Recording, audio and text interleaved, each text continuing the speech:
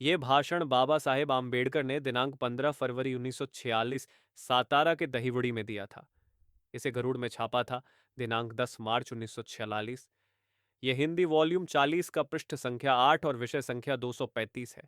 विषय है स्वराज्य के लिए मेरा बिल्कुल विरोध नहीं। हाँ, स्वराज्य में हमें भी हिस्सेदारी मिलनी चाहिए।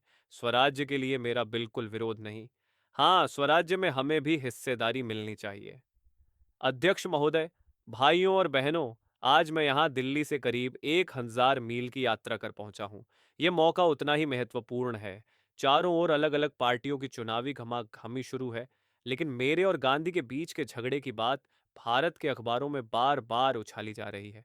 ये झगड़ा पिछले 25 वर्षों से यानी सन 1920 से चल रहा है। आप लोग सोचेंगे कि यह झगड़ा किस बात के लिए है। गांधी का तिलक के साथ झगड़ा था। गांधी का गोखले के साथ भी झगड़ा था। गांधी का सर चिमणलाल सीटलवार के साथ भी झगड़ा था। अब बाकी झगड़े खत्म हो गए, लेकिन मेरा और गांधी का झगड़ा अब भी जारी है। मैं एक दरिद्र परिवार में जन्मा हूं। बड़ी मेहनत और लगन के साथ मैंने पढ़ाई की। आगे बड़ौदा सरकार की मदद से विलायत जाकर उपाधियां प्राप्त की, फिर नौकरी की। 2 साल बाद नौकरी छोड़कर फिर विलायत गया और बैरिस्टर तथा डीएसएससी की उपाधियां हासिल की। तब से समाज कार्य और व्यवसाय दोनों में बड़ी ईमानदारी से करता आया हूं। बैरिस्टर की पढ़ाई जब मैंने शुरू की थी, तब हाई कोर्ट के सभी वकील ब्राह्मण और सभी सॉलिसिटर गुजराती थे। उसी वक्त गांधी के पास जाकर मैं अपने लिए कुछ मांग सकता था। सम्मान, केसेस और रुपया पैसा भी पा सकता था। औरों की तरह ही मेरा निजी विवाद होता तो वह मिटाकर मैं गांधी की शरण में जा सकता था। लेकिन गांधी और मेरे बीच का विवाद अभी तक मिटा नहीं है। इसकी वजह यह है कि मैं गांधी से अपने लिए कुछ भी मांगना नहीं चाहता। मैं अपनी बुद्धि, अपने पुरुषार्थ तथा अपने बल के सहारे जीवन बिता रहा हूं। गांधी से मैं जो मांग रहा हूं वह आप लोगों की तरफ से और जो न्याय है वही मांग रहा हूं। गांधी के साथ मेरा यह झगड़ा अपने पूरे समाज की ओर से है और समाज के उज्जवल भविष्य के लिए है। आजकल तो सब लोग स्वराज की मांग कर रहे हैं, लेकिन सोचिए कि स्वराज किसका? अस्पृश्यों से हमारा सवाल है कि आपका राज हम पर ही क्यों है? क्या हमें भी स्वराज और न्याय तथा अधिकार नहीं मिलने चाहिए? हिंदुओं का स्वराज कहें तो शुद्ध पेशवाई। पेशवाई भी स्वराज ही था ना, उसमें हम पर अनगिनत जुल्म ढह गए। अछूत व्यक्ति का थूक रास्ते पर न गिरे, इसलिए उसके गले में मिट्टी का मटका बांधा गया और उसके चलने पर मिट्टी पर होने वाले उसके पैरों के निशान से छुआछूत न फैले। इसके लिए उसकी कमर में पीछे झाड़ू लटकाई गई। पहचान के लिए उसके गले में काला धागा बांधा गया। दोबारा ऐसी स्थितियां पैदा न हो, इसीलिए मैं संघर्ष कर रहा हूं। स्वराज से मेरा बिल्कुल विरोध नहीं है, लेकिन उस स्वराज में हमें भी हिस्सा चाहिए। अधिकार की जगहों, मौके की जगहों पर हमारे लोगों का भी हक होना चाहिए। राउंड टेबल कॉन्फ्रेंस में अलग चुनाव क्षेत्र के लिए मैं लड़ा। मेरा आग्रह था कि अस्पृश्यों द्वारा चुने गए प्रतिनिधि हमें नहीं चाहिए। आखिर मेरी जीत हुई। मैंने अलग चुनाव क्षेत्र हासिल किया, लेकिन इससे गांधी के पेट में दर्द होने लगा। अस्पृश्यों को स्वाभिमान के जो हक मिले, उन्होंने यारवदाजी पूना में आमरण अनशन किया और हमारे हक हमसे छीन लिए। इस कारण हमें बहुत कम हक मिले। हमारे किले की दीवार को उन्होंने दरकाया। अब उस दरार को हमें संगठन का चूना मिट्टी भरकर फिर जोड़ना होगा। सरकारी अधिकारी हमारे हों, मंत्री हमारे हों, केंद्र सरकार में भी हमारे मंत्री होना जरूरी है। 7 प्रांतों में कांग्रेस के मंत्रिमंडल बने, लेकिन गांधी का नजरिया नहीं बदला और न उनका मन पलटा। अभी हाल में गांधी मद्रास के दौरे पर गए थे।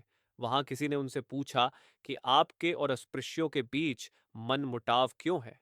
तब सीधा सरल जवाब देने की बजाय गांधी ने टाल मटोल वाला जवाब दिया और कहा कि अंग्रेजों ने इन्हें अधिकार की लत लगाई। मराठा, मुसलमान, ईसाई, एंग्लो इंडियन को नौकरियां दी जाती हैं। उसमें गांधी को कोई आपत्ति नहीं, लेकिन देखा यही गया है कि अस्पृश्यों को नौकरियां दी गईं तो उन्हें कष्ट होने लगता है। हमारे लिए यह चुनाव बेहद महत्वपूर्ण है। अंग्रेज हमारी सत्ता छीनकर लोगों को सत्ता और संविधान बनाने के अधिकार देने वाले हैं। इसके लिए एक संविधान समिति बनाई जाने वाली है। हमारे विधायक वहां जाकर प्राप्त संविधान अधिकारों को सतत जारी रखेंगे। हमें ऐसे लोग चाहिए जो बिना किसी लागरपेट के नौकरियां, शिक्षा, प्रतिनिधित्व, सत्ता, अलग अस्तित्व, उपनिवेश आदि मांगे और उनके सामने रखें। अस्पृश्यों की अंजलि से पानी पीने वाले लोग हमें नहीं चाहिए। कांग्रेस के टिकट पर चुनाव लड़ने वाले लोग अगर बिना किसी की परवाह किए हमारी मांगे रखेंगे तो मैं उन्हें भी समर्थन दूंगा। लेकिन वे लोग अस्पृश्यों के गुलाम हैं, अस्पृश्यों के हित की ओर ध्यान दिए बगैर अपने स्वार्थ की सोचने वाले हैं। हम अगर उन्हें हराते हैं तो बहुत अच्छा ही होगा। धनवान अपने कुत्ते को जिस प्रकार पट्टे से बांधता है और इस बात का ख्याल रखता है कि उसका कुत्ता कहीं और न जाए, उसी प्रकार का पट्टा है कांग्रेस का टिकट। कांग्रेस को पास भी भटकने ना दो। कांग्रेस का उम्मीदवार अपना दुश्मन है, वह दूसरों के अधीन है। हमारे लोग पराश्रित ना हो, इस बारे में आपको जागरूक रहना होगा। परवरिश कैसे नुकसानदेह होती है, इसका एक प्रत्यक्ष उदाहरण मैं आपको बताता हूं। फलाटन के कुछ महारों को 4 बीघा जमीन मिली थी। कुछ कारणों से वहां का राजा एक मंदिर में हर रोज 500 ब्राह्मणों को पंच पकवानों का भोजन कराता था। हर रोज राजमहल से वहां गाड़ियां भर भर कर खाना आता। वहां के महार लोग उनका जूठन खाकर गुजारा कर लेते और इसीलिए खेती नहीं करते थे। महारों की जमीन पर जंगल उगाकर मराठों ने कब्जा कर लिया। आगे 60-70 वर्षों के बाद राजा को समझ में आया और उसने ब्राह्मणों को भोजन कराना बंद किया। महारों को भी जूठन मिलनी बंद हुई। बाद में एक बूढ़ा अपनी जमीन वापस पाने के लिए जमीन के कागजात लेकर मुझसे मदद मांगने आया। लेकिन 1874 से पहले जमीनें गई थीं, इसलिए कुछ किया नहीं जा सकता था। इस प्रकार जूठन के कारण महारों को अपनी जमीन से हाथ धोना पड़ा और पराश्रित जीवन के कारण उनके हक गए। इसलिए आप सब नींद से जागिए और आंखें खुली रखिए। 1-2 साल में ही यहां बड़ा परिवर्तन होने वाला है। अंग्रेज सत्ता छोड़ देंगे तब सारी सत्ता किसी और के पास जाए। इससे पहले हमें अपना हिस्सा भी चाहिए। इसी कारण आने वाले चुनाव एक निर्णायक संग्राम की तरह है, कौरव पांडवों के संग्राम की तरह। हमारे ब्राह्मणेतर साथी अब कांग्रेस की ओर झुक रहे हैं। अब कांग्रेस और हमारी फेडरेशन के बीच झगड़ा है। हमने तय किया अगर हम एकजुट हुए तो निश्चित रूप से जीत हमारी ही होगी। हमेशा के लिए स्थितियों में फेरबदलाव लाना हो तो तय करना होगा कि आत्मसम्मान के साथ ही जीने भले आत्मसम्मान पाने की लड़ाई में जान भी क्यों न गंवानी पड़े। 20 साल पहले की स्थितियों और आज की स्थितियों में जमीन आसमान का फर्क है। उस समय 90% लोग यही कहते कि हुजूर, हम आपकी गौशाला में ही रह लेंगे। आज हम में से एक भी व्यक्ति यह कहने के लिए राजी नहीं होगा। ये खुशी की बात है। पहले महारों को विधिमंडल की इमारत में झाड़ू लगाने का काम दिया जाता था, लेकिन आज मेरे 15 लोग विधिमंडल में सदस्य बने हैं। अन्य लोगों के साथ वहां वे सम्मान के साथ बैठते हैं। आगे चलकर वे मंत्री भी बन सकते हैं। इसीलिए यह चुनाव बहुत महत्वपूर्ण है। ब्राह्मण या ब्राह्मणेतर चुनाव लड़ते हैं अपना सम्मान बढ़ाने के लिए। लेकिन आप और हमें विधिमंडल में अगर जाना है तो जिस चक्की में हम पिस रहे हैं, उस चक्की के खूंटे को अपने अधिकार में करने के लिए हमें वहां जाकर जोर जबरदस्ती और अन्याय को मिटाने का काम ही करना है। हमारे पास पैसा नहीं, हम बलवान नहीं, इसीलिए हमें राजनीतिक सामर्थ्य की जरूरत है। हमारी सहमति से ही राजवाड़ चलना चाहिए। इसीलिए जिसे वोट देने का अधिकार प्राप्त है, वह अपने इस अधिकार को अमूल्य चीज समझे और इस्तेमाल करे। वोट यानी कड़े संघर्ष से प्राप्त संजीवनी मंत्र है। उसके सही इस्तेमाल से ही हमारी सुरक्षा हो सकती है। स्वाभिमान पूर्वक जीने का वह एक सहारा है, उसकी देखभाल करें। इसी नजरिए से इन चुनावों को देखें। विधिमंडल में भी हम अल्पसंख्यक हैं। कुल 175 सदस्यों में से हमारे सदस्यों की संख्या केवल 15 है। इतनी संख्या के साथ काम करना कठिन है। इसीलिए 15 की जगह अब हमें 20-25 लोगों को चुनाव में जिताना होगा। इसीलिए हम जनरल जगहों पर भी चुनाव लड़ रहे हैं। दक्षिणी हिस्से में मैं इनामदार को उम्मीदवार के रूप में खड़ा किया है। हम सब उन्हें चारों वोट देंगे, तभी हमारी जीत हो सकती है। हमारे 10,000 वोट हैं, उन्हें कम से कम 10,000 वोट मिलने चाहिए। हर किसी के 4 वोट और 4 जगह हैं, इसीलिए सब अपनी जिम्मेदारी समझे। हमारे विरोधियों के पास पैसा है। विरोधियों द्वारा काला बाजारी से कमाया गया पैसा अब वे पाप धोने के लिए कांग्रेस को चुनावों की बातें दे रहे हैं। हम अगर पैसों के सहारे राजनीति करने लगे तो हमें राजनीति छोड़नी पड़ेगी। हमारे अस्पृश्य लोग कांग्रेस के पीछे नहीं हैं।